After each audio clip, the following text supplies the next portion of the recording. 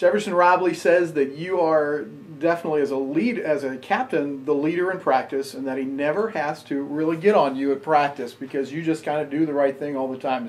Is that an accurate way to describe the way you approach soccer? Yeah, I try, and especially like being captain, like I just feel like it definitely like makes a difference if you have good captains or not very good captains. Like because it brings a team together if you can like all stay on the same page and all stay connected. So I know that's what I try and do, and I know that's what the other captains try and do too as well. So I think we do have a good like group of captains this year. Well, let's say I'm a freshman on your team. Would you come and talk to me before the season, or do you more lead by example? We came in contact with them. Like we would text them this summer and whatever, and then we asked them to come to like kick-arounds and stuff because we have those in the summer that the coaches can't come to, but we put on. And we still like during preseason we do like team bonding things, like at one of the older girls' soccer house or whatever. We get together there and we have like a big pasta party and everyone brings like their own thing. So we try and make them feel as comfortable as possible. You've been mostly a defensive back at Jewel since you've been here, and that's a position, in my humble opinion, doesn't get a lot of acclaim. How do you feel about that? Is that fair? Or is that not fair? I don't mind it at all. Like I love taking the ball away from people. Like that's like my thing. Like I'd much rather do that than like do moves because I don't really have very many like flashy moves. So I just stick to taking the ball away from people.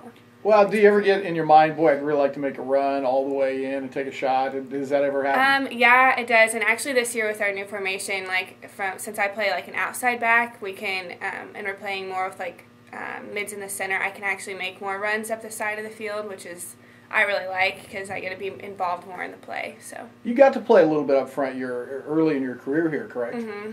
What was that like, and was it difficult for you? Because the way I understand it, you didn't play forward a lot when you were in high school.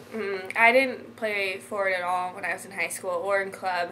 So being thrown up there, I didn't really know what I was doing, but I did, especially as a freshman, you try your hardest at wherever you're going to be put. Like I was just happy to get playing time. Like at that point I didn't really care where I played. I just wanted to be on the field playing. So what was the recruitment process like for you coming to Jewel?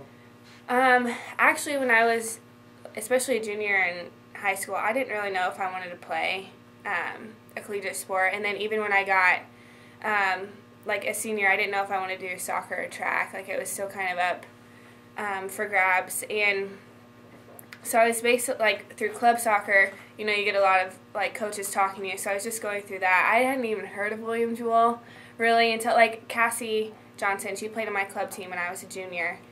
And she went here, so I kind of heard about it through her, and then just through talking with the coaches and visiting here, I was like, maybe a small school would fit me best for me. And then I liked the team, I liked the academics here. So you're from Milwaukee, Iowa. Mm-hmm. What's that like? It's a suburb of Des Moines. It's I liked it. I love it at Milwaukee. And I grew up there ever since I was 5 years old. So I've been there ever since I was in kindergarten. So that's definitely home for me. And I love going back home and seeing everyone. It's colder. We get more snow. But I like it. Your mom and dad sounds like they travel to a lot of your matches, and I would imagine come to home matches. Tell us a little bit about them. My mom and dad have, there might be 1 or 2 games throughout my entire career that neither one of them has been there. It's usually one or the others here, or both. They both try and get here. And now that my brother's in college this year, they can both come to my games now more often, so they don't have to stay home with him. So it's been great. They give me the best support. They don't even, I don't tell them enough how much I appreciate it, but I really do. It's great seeing them in the stands. And my grandparents come a lot too. Both sets do. So that's really nice. And then they always bring baked goods. So. Well, that's always a good thing, isn't it? Yeah. Tell us about your brother. What's he doing? He is a freshman at Iowa State this year, and he is in aerospace engineering. He's a very smart boy. He loves it up there. He's in, all the intramurals and, clubs that you can, think of. He's very social and, very active and stuff, which is good. And he, in high school, he did sports too. He did golf and track, the last couple years. And he was good at that. And he just doesn't have, you know, that, like, killer mentality, you know, like, he's just really laid back about it, just does it for fun, you know. He was good at both of them, but especially with golf, he likes it more as, like, a leisure activity. Yeah, you have to have a special kind of attitude to do that. Mm-hmm. How about you? What are you majoring in here at Jewel? My major is psychology with an entrepreneurial leadership minor, and I'm doing the pre-physical therapy program. That's a different combination. Tell us a Yeah. little bit about that. What do you want to do? Well, eventually, I want to either own my own practice with physical therapy or prosthetics. It's going to be either one of those. So I'm going to go to grad school, hopefully, for one of those two things. And so that's why I have the entrepreneurial leadership minor. And then the psychology major, for like pre-physical therapy, they usually tell you to do like either biology, you know, or psychology. And I find psychology a lot more interesting, like knowing how to work with people, than like the biology of like cells and phalanges and all that kind of stuff. So that's why I chose that.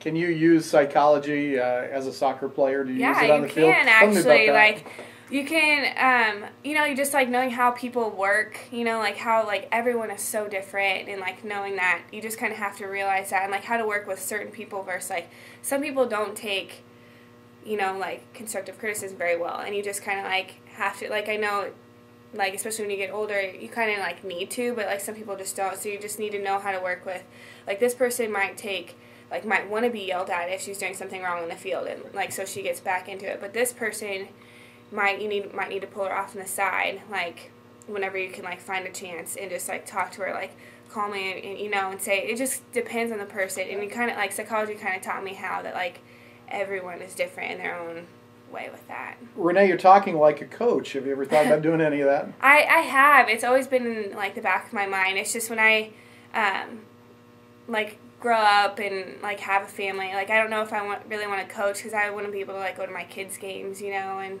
like maybe I'll be like one of my kids' coaches, you know, for like as they grow up. But yeah, it's definitely always been in my mind. The move to Division II this year in the Great Lakes Valley Conference has been an upgrade in play, and we're not winning as much, frankly, as we used to. Does that bother you? Does it bother the team?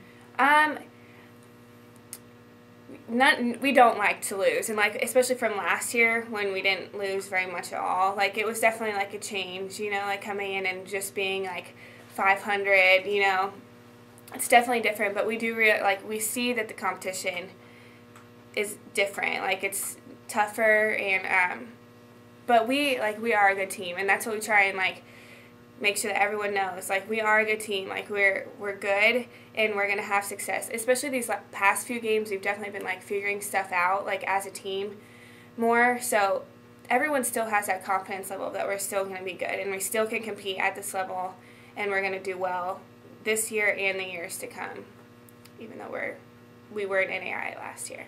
And this is a once-in-a-lifetime opportunity. I mean, you are the group that has made that transition, and I bet you feel pretty proud about that. Yeah, and I'm really proud of the way that we've been playing and, like, been taking this, because this year really has been totally different from, like, the other 2 years with soccer. Like, I didn't really, like, the coaches are different, which obviously changes things. Like, when we have new girls, too, you know, like, we lost a big senior class last year, but like, I didn't really realize that it was going to be such a big difference. Like, by going every single weekend, like, or every other weekend was, you know, like, traveling far away. Like, I knew it would be different, but not as different as it has been, so. Being in the middle of it is a little different than just thinking about it. Yeah, definitely.